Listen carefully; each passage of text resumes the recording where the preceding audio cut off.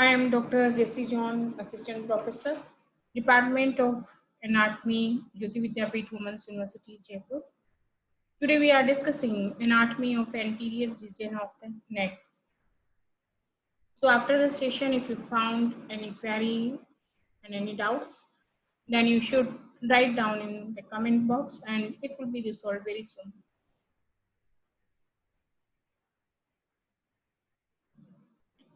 Anterior region is a triangular area on the front of the neck between the two sternocleidomastoid muscles, and it is limited above by lower border of the body of the mandible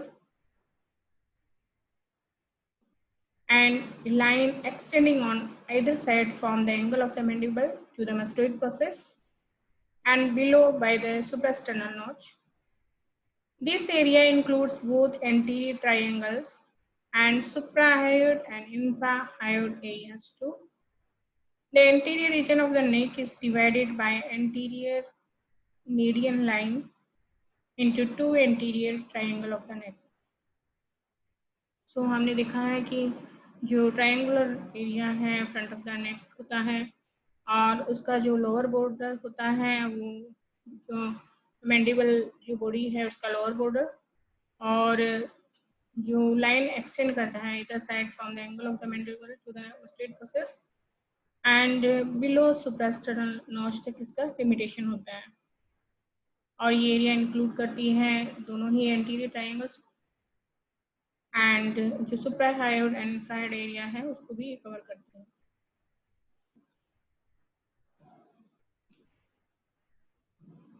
जहाँ पे हम anterior reason की बात करते हैं वहाँ पे जो एंटीरियर मीडियन लाइन है इसने दो भागों में एंटीरियर ट्रायंगल को डिवाइड कर दिया है।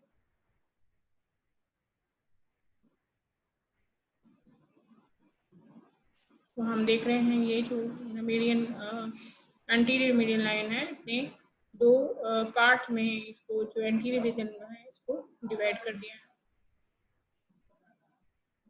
अब हम बात करते हैं स्ट्रक्चर्स जो प्रेजेंट है anterior median region of the neck. Anterior median region of the neck is 2 to 3 centimeter wide strip.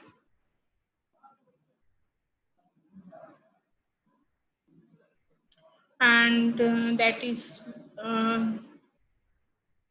extended from the symphysis median to suprasternal notch and deep to skin and underlying the superficial and deep cervical fascia.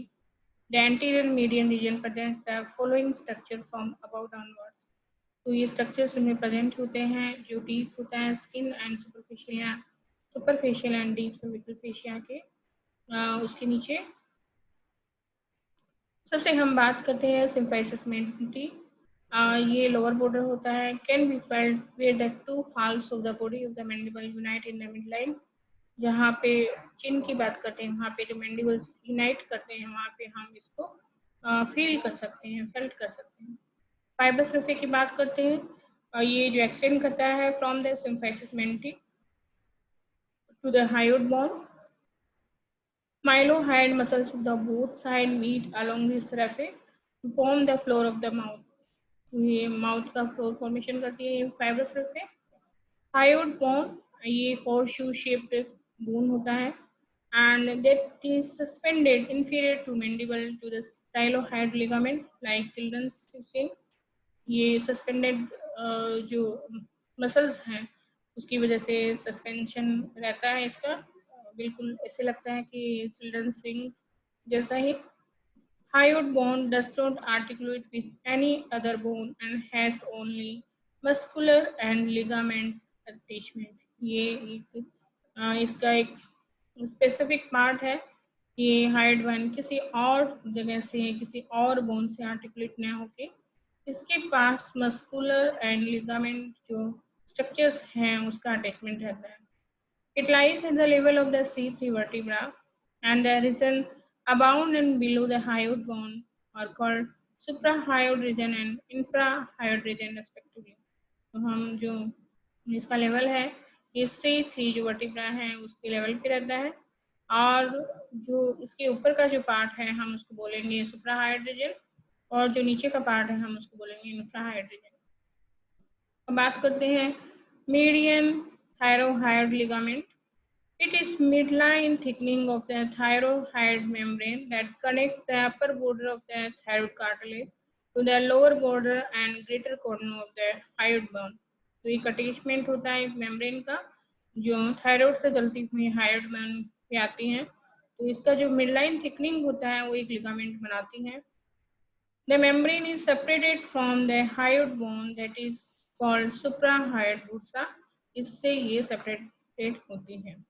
तो median thyroid ligament की बात हम कर चुके हैं thyroid वाले chapter में.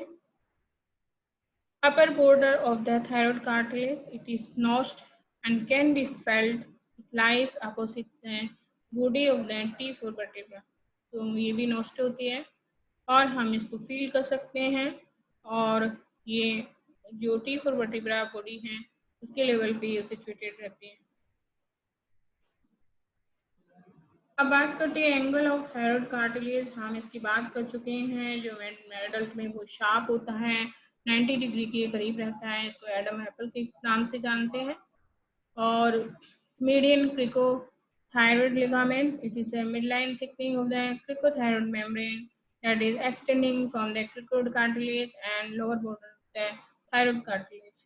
तो ये जो लिगामेंट है, जो मेम्ब्रेन है क्रिकोइड कार्टिलेज और थायराइड कार्टिलेज के बीच में, उसकी एक थिकनिंग फॉर्मेशन होती है. उस थिकनिंग को ही हम बोलते हैं मीडियन क्रिकोथायरॉयड लिगामेंट. अब बात करते हैं cricoid cartilage. It lies at the lower border of the C6 vertebra and is the most important surface landmark on the front of the neck. Because a number of the important structures are located at this level, जैसे junction of the larynx and trachea, junction of the pharynx and esophagus, anterior tubercle of the transfer process of C6 vertebrae, against which common carotid artery can be compressed. तो हमने carotid cricoid cartilage के बारे में हम पढ़ चुके हैं thyroid chapter में. एंड फर्स्ट ट्रेकियल रिंग की बात करते हैं. ये जेंटल प्रेशर, जब थायराइड ग्लैंड के स्टमक के अब अगर जेंटल प्रेशर देते हैं तो उसके थ्रू हम इसको फील कर सकते हैं फर्स्ट ट्रेकियल रिंग को. And stomach of the thyroid gland ये फ्रंट में सिचुएटेड होती है. जो सेकंड, थर्ड, फोर्थ जो ट्रेकियल रिंग है इसके फ्रंट में सिचुएटेड रहती है. Inferior thyroid veins, after emerging from the isthmus, they run downwards to lie in front of the 5, 6, 7 tracheal rings. Thyroidema artery, ये बहुत कम केसेस में प्रेजेंट होती है, लेकिन जब प्रेजेंट होती है it ascends in front of the trachea to the isthmus of the thyroid. It usually arises from the brachiocephalic artery. Jugular venous notch, arch, this traverses the venous arch which connect the anterior jugular veins just above the suprasternal notch.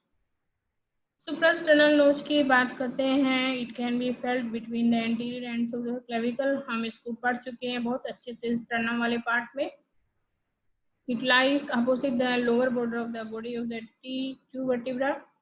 Occasionally, left brachiocephalic vein and brachiocephalic artery may lie in front of the trachea in the suprasternal notch.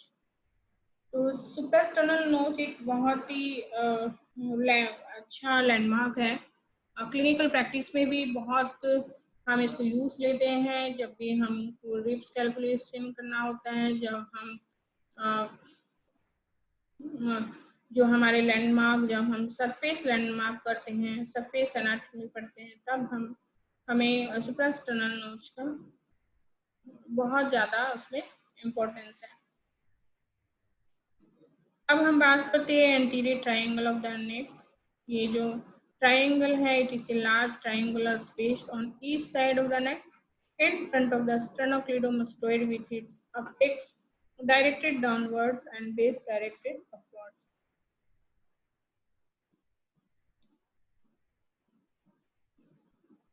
हम बात करते हैं इसके सब divisions. For convenience of the description, the anterior triangle has been subdivided by the digastric muscle and superior belly of the omohyoid muscle into following 3.5 triangle. तो हमने देखा कि ये हमारा डायगेस्टिक मसल है, ये होमोइड मसल है. तो इन्होंने जो इस एंटीरियर ट्रायंगल को है और भी सब डिवीजन में इसको डिवाइड कर दिया है. Submental triangle, digastric triangle, carotid triangle and muscular triangle. तो हम 4 ट्राइंगल्स दे सकते हैं। यहाँ पे डायगेस्टिक है, यहाँ सबमेंटल है हमारे पास, यहाँ पे कैरोटिड है, यहाँ पे मस्कुलर ट्राइंगल है। तो ये जो 2 हमारे जो मसल्स हैं हमारे, एक ओमोहेड, एक स्टेनोक्लेडोमास्टोइड, इन्होंने पूरे जो पार्ट है, सॉरी, डायगेस्टिक मसल्स है एंड जो ओमोहेड मसल है, ये डायगेस्टिक एंड ओमोहेड मसल्स, इसने जो पूरे पार्ट को इसको सब डिवाइड कर दिया है 4 छोटे ट्राइंगल्स में। बाउंड्रीज की बात करते हैं जब एंटीरियर ट्राइंगल की, तो anterior median line of the neck, that is the anteriorly, इसको कवर कर रहा है। पोस्टीरियर में anterior border of the sternocleidomastoid muscle, and base में lower border of the body of the mandible, and a line extending from the angle of the mandible to the mastoid process। तो हमने ये देखा हमारा जो ये base है इसका, तो इसमें lower border of the mandible है, और ये जो इमेजिनरी लाइन है ये वाला पोर्शन। अपेक्स की बात करते हैं तो suprasternal notch at the meeting point between the anterior border of the sternocleidomastoid and anterior midline. दूसरे रूफ की बात करते हैं हम, investing layer of the deep cervical fascia, the superficial fascia over the facial rope contains platysma in the upper and anterior part. The cervical branch of the facial nerve and ascending and descending branch of the transverse cervical cutaneous nerve traverse the plane between the platysma and the facial root of the triangle। तो हमारे कुछ roof हैं और apex and base and anterior posterior जो sides हैं, में अलग अलग स्ट्रक्चर ने इनकी जो बाउंड्रीज बना रखी है। अब बात करते हैं submental triangle. Submental triangle, it is actually median triangle on the front of the neck, below the chin and above the hyoid bone। तो ये हमारा जो चिन है ये, और ये हाइड बोन के बीच में सबमेंटल ट्राइंगल, और each side anterior belly of the digastric muscles and base है body of the hyoid bone, apex है चिन और सिम्फाइसिस मेंटी। फ्लोर का फॉर्मेशन होता है बाय 2 माइलोहाइड मसल्स जो मीट करते हैं at the median fibrous raphe extending from the symphysis menti to the hyoid bone. दूसरी बात करते हैं रूफ की हम, investing layer of the deep cervical fascia. इसके अंदर क्या कंटेंट हो सकते हैं, इसके अंदर कुछ सबमेंटल लिम्फ नोड्स हो सकते हैं और सबमेंटल वेन्स होते हैं, कुछ एंटीरियर जुगुलर, कुछ सॉरी, जो एंटीरियर जुगुलर वेन्स है उसका कमेंसमेंट यहीं से होता है। अब हम बात करते हैं डाइगेस्टिक ट्राइंगल की। क्योंकि ये डाइगेस्टिक मसल की 2 बेलीज के बीच में सिचुएटेड होता है, इसलिए इसको ये नाम दिया गया है।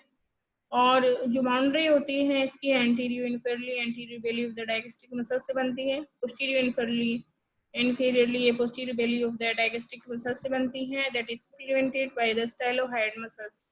बेस का फॉर्मेशन होता है base of the mandible and imaginary line joining the angle of the mandible to the mastoid process। Apex की यहाँ से बात करते हैं, इसका फॉर्मेशन होता है intermediate tendon of the digastric muscle being bound down to the hyoid bone by a fascial sling derived from investing layer of the deep cervical fascia। Floor का फॉर्मेशन होता है mylohyoid, hyoglossus and small part of the middle constrictor muscles. Roof का formation होता है investing layer of the deep cervical fascia which splits to enclose the submandibular salivary gland। In the superficial fascia over the roof lies platysma, cervical branch of the facial nerve and ascending branch of the transverse cervical nerve। Carotid triangle, ये वाला जो part है हम second हमारा जो video है उसमें हम इस पार्ट को कवर करेंगे। तो अभी तक आपको कोई प्रॉब्लम है, if you have any query doubt please mention it and we will resolve very soon. Thank you so much.